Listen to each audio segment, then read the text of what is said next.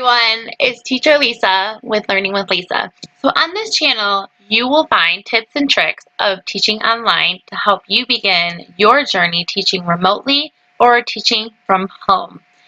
Today, I'm going to share with you 5 rewards that I like to use in my classroom when I teach ESL. If you have not subscribed to my channel, please go ahead and hit the subscribe button. You can also see the link below in the description box.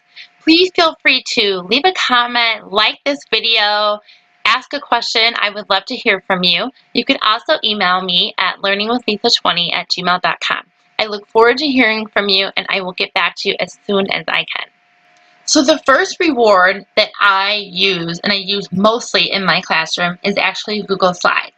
If you have never heard of Google Slides, you are definitely missing out. So Google Slides is a free group on Facebook where teachers just donate their time and they are sharing these resources for us ESL teachers to use in the classroom. So they will create a Google Slide reward, all various types, and then we have free access to them. We also are able to use a planner, the Google Planner, and you can submit your schedule in there and then it will create feedback for you to submit. Obviously, you can change your feedback and tweak it a bit, but it will definitely be a way for you to get it done in between classes or very quickly. Once I started with Google Slides, it has been a life changer, and I can promise you that. So if you're interested, I would love to get you the group on Facebook, and then it will walk you through exactly how to set up Google Slides on your devices at home. So just a little bit about Google Slides is I personally use mine on a device. So this is going to be an iPad. You can also use it on your computer if you use ManyCam or something where it is digital on the screen. I prefer to just use it right here, and then I also have my phone for other props as well. So with Google Slides is great because it's gender neutral. There are slides that can be used for both boys and girls. There's slides that can be used for girls and boys. Also, there are different Google Slides that are for little kids, like level 1 and all the way up. So it's just a great resource to have everything in one place and be able to just look at the level that you're going to teach for that child and then be able to say, okay, I know this child, I know they'll like this activity, or I don't know the child, but based on their age and their level, we'll try this out and see how it goes. Sometimes the kids, you can even ask them, what would you like to do for your reward? And a lot of them will choose Google Slides. For example, one of the ones that I love to use on Google Slides is called Draw With Me. And on this Google Slide activity, I would have this whiteboard here, and it says, what am I? And the student, with Google Slides, we would walk through how to draw something. I would draw it on here. The student would draw it on the screen or on their whiteboard or even a piece of paper. And then at the end of a lesson, the student would have to guess what it is that this picture is of. And then this is a great opportunity for you to ask questions and kind of get that conversation going. So not only just having the student draw what's on here, but they're also conversing about what they see, and you're asking questions that extend their thinking, which is what we're trying to always get them to do, is to extend with their thinking. And most of all, Google Slides is just so much fun. It is so easy to use. Another really important piece of Google Slides is that there are over 30 different types of activities, rewards on Google Slides. So the example that I shared with you of just Draw With Me is just one of the many. There are many more that you can choose from. And then within each category, there are a ton of Google Slides that have been created by other teachers. So you have various topics from Barbies to Ultraman to frogs to different activities that are focused on the lesson content. So it's such a wide range of activities and slides and topics that honestly, I don't think that there would even be a time for you to reuse the content. There is so much available to you. Some of the other ones that I really like is 4 Picks, 1 Word. So the student would see 4 pictures and then they would have to guess what the word is. It's a previous vocabulary word.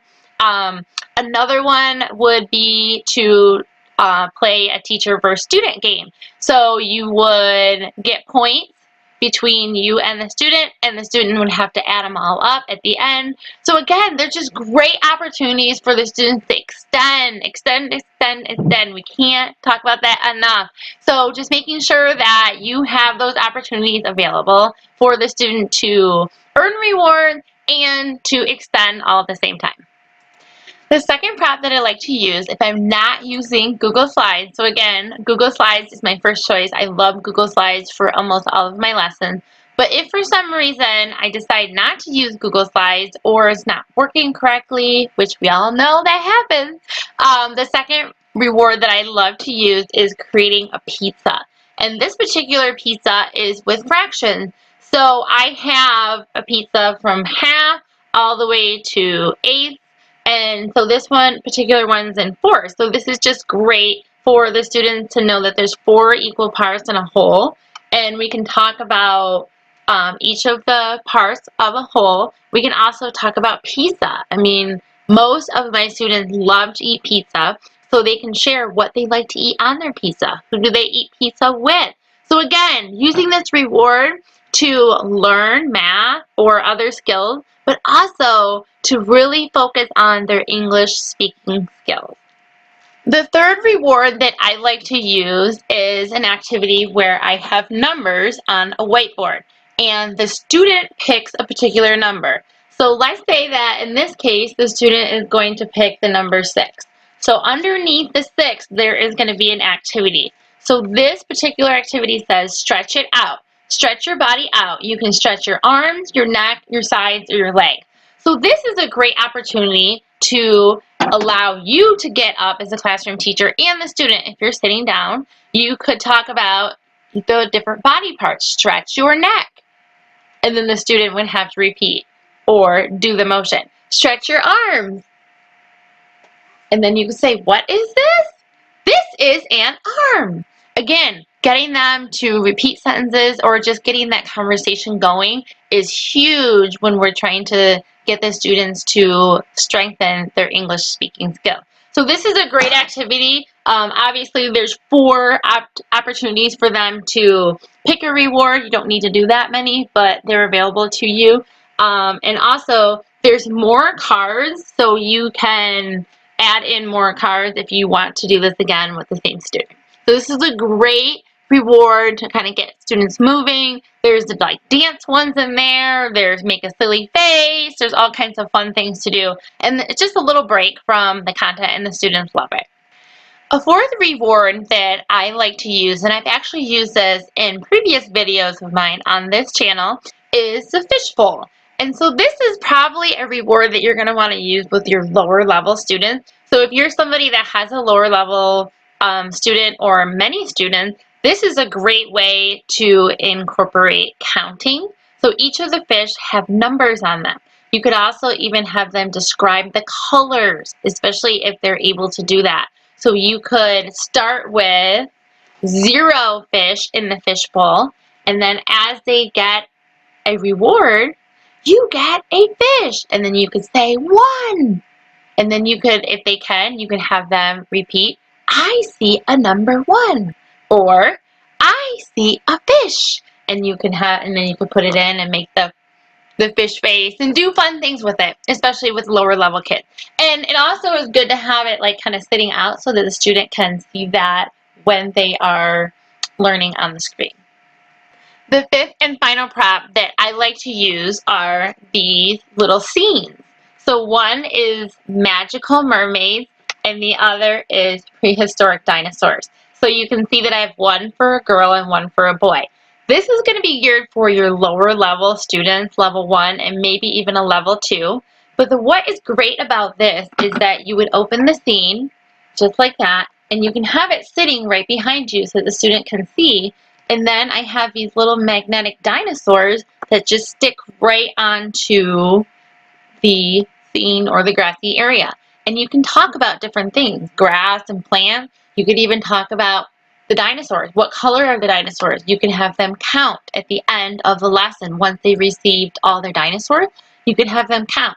So again, this is a great opportunity to ask questions and kind of get those students thinking out loud. If they can't answer the question, then they can just repeat the sentence. For the sea, for the mermaids in the sea, I have different mermaids with different color hair as well as tails. You could talk about hair, tail. Do you have a tail? No. Get those questions going. And then obviously there's different color hair and different color tail. And the girls love this. And it's just a great activity for them to do at a young age. So again, this is going to be, I'm going to use this if I don't have Google Slides available. So these are great ways to get the lower level students learning and having fun all at the same time. So you might be thinking, okay, where am I going to get these props or these rewards? Or, I don't have the space for all of this. And that is okay. You can have a few rewards or even a few props. That's why I like Google Slides, because I don't have to have a ton of rewards. But I do have, as you can see, 4 or so on hand just in case Google Slides isn't working. Because again, we know that sometimes technology just doesn't want to work for us. So for these particular rewards that I have on hand, I just purchased them from the Target dollar bin. So just keep an eye out in the Target dollar bin or even in the dollar store.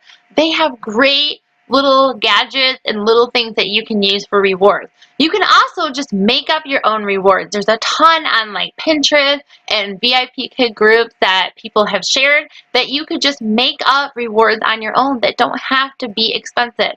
Do not try to overthink it and do not try to spend a ton of money, because it's just there for the student to kind of get excited to finish a lesson, and also it's a great way for you to extend and ask those questions. So I have shared with you 5 examples of rewards that I love to use in my ESL classroom.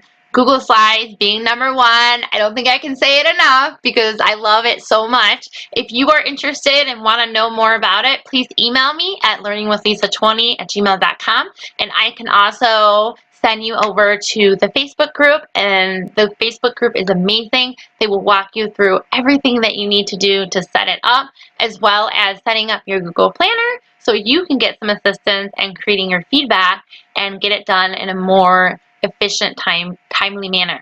So I would love to help you. If you have not already begun your journey teaching online, teaching ESL online, I would love to help work with you and guide with you. So please use my referral link, which is in the description box, and please email me at learningwithlisa20@gmail.com. And I would love to hear from you, and we can get this started because your journey is here. If you haven't already, please subscribe to my channel. I will have more upcoming videos on VIPKID. Also, I just recently joined OutSchool, so I will have more OutSchool videos to come. So please definitely be on the lookout for those. Also, you can comment, like this video. Let me know if you have any questions at all. I would love to hear from you. And as always, go learn something new. Have a great day.